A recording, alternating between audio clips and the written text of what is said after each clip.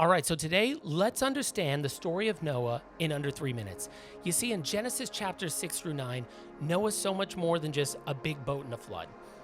It's going to reveal a lot of profound truths about humanity, sin, and God.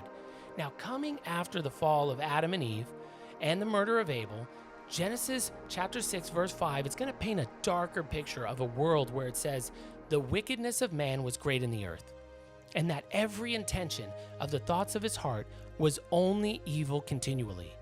However, during humanity's downfall, Noah finds favor because he's righteous.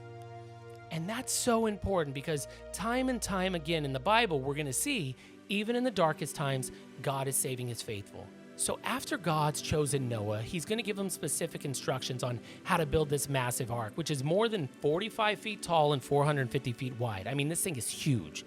And there is zero indication that there is a flood or rain or anything coming yet.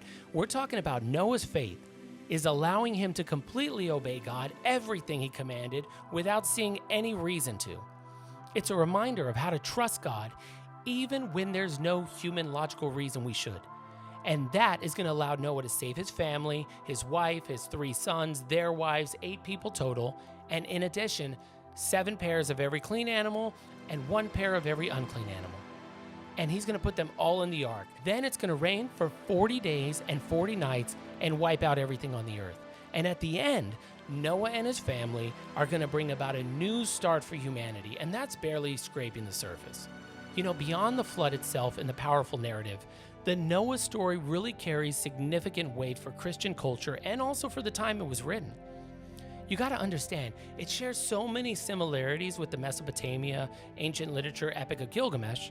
However, the biblical account, it diverges crucially by emphasizing God's moral reason for the flood and a covenant between God and mankind.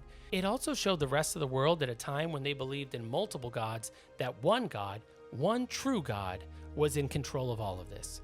So the story of Noah is not only important from an ancient literature perspective, but also as a way to give us an understanding of how far our faith can go when we follow God and are righteous, even when the rest of the world isn't and may not be.